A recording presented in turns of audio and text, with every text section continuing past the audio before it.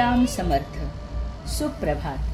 हिंदू जागृती न्यास व श्री घंटाळी देवी संस्थांच्या प्रभाते मनी या कार्यक्रमात डॉक्टर अश्विनी बापटचा सस्नेह नमस्कार.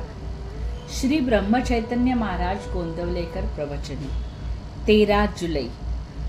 देव आणि नाम भिन्न नाहीत. आपल्या अनुभवाला येईल तेच खरे असे असले तरी त्याप्रमाणे आपण वागतो का?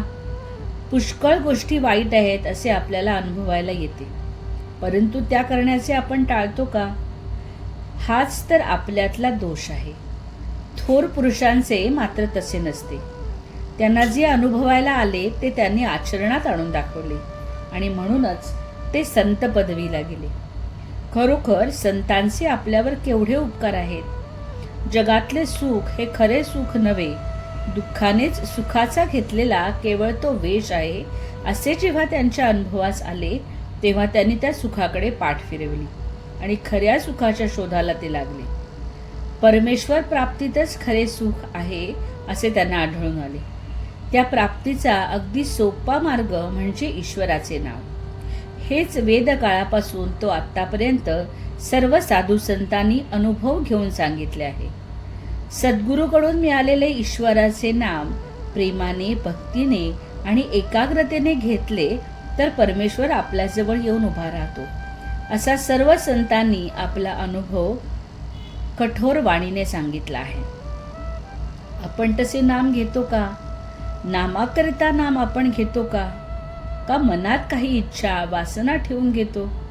कोणतीही वृत्ती मनात उठू न देता जर नामस्मरण केले तर देव काही लांब नाही. देव आणि नाम हे दोन्ही भिन्न नाहीतच. नाम म्हणजेच देव आणि देव म्हणजेच नाम. नाम एकदा मुखात आले म्हणजे देव हातात आलाच. मुले पतंग उडवतात. एखादा पतंग आकाशात इतका उंच जातो की तो दिसेनासा होतो, तरी तो पतंग उडवणारा म्हणतो, माझ्या हातात आहे पतंग. कारण पतंगाचा दोरा अजूनही त्याच्या हातातच असतो. जोपर्यंत अखंड नामस्मरणाची दोरी आपल्या हातात आहे तोपर्यंत परमेश्वर आपल्या हातात आहे. ती दोरी सुटली की परमेश्वर सुटला. आपल्या नामस्मरणाला एका गोष्टीची अत्यंत जरुरी आहे. आपल्या जीवनात परमेश्वरापासून नडते असे जोपर्यंत आपल्याला वाटत नाही तोपर्यंत आपले नामस्मरण खरे नव्हे. परमेश्वरच आपल्या जीवनाचा आधार, त्याशिवाय आपण जगूच शकत नाही अशी वृत्ती बांधल्यानंतर होणारे नामस्मरण तेच खरे नामस्मरण. आपली स्थिती तर त्याच्या अगदी उलट.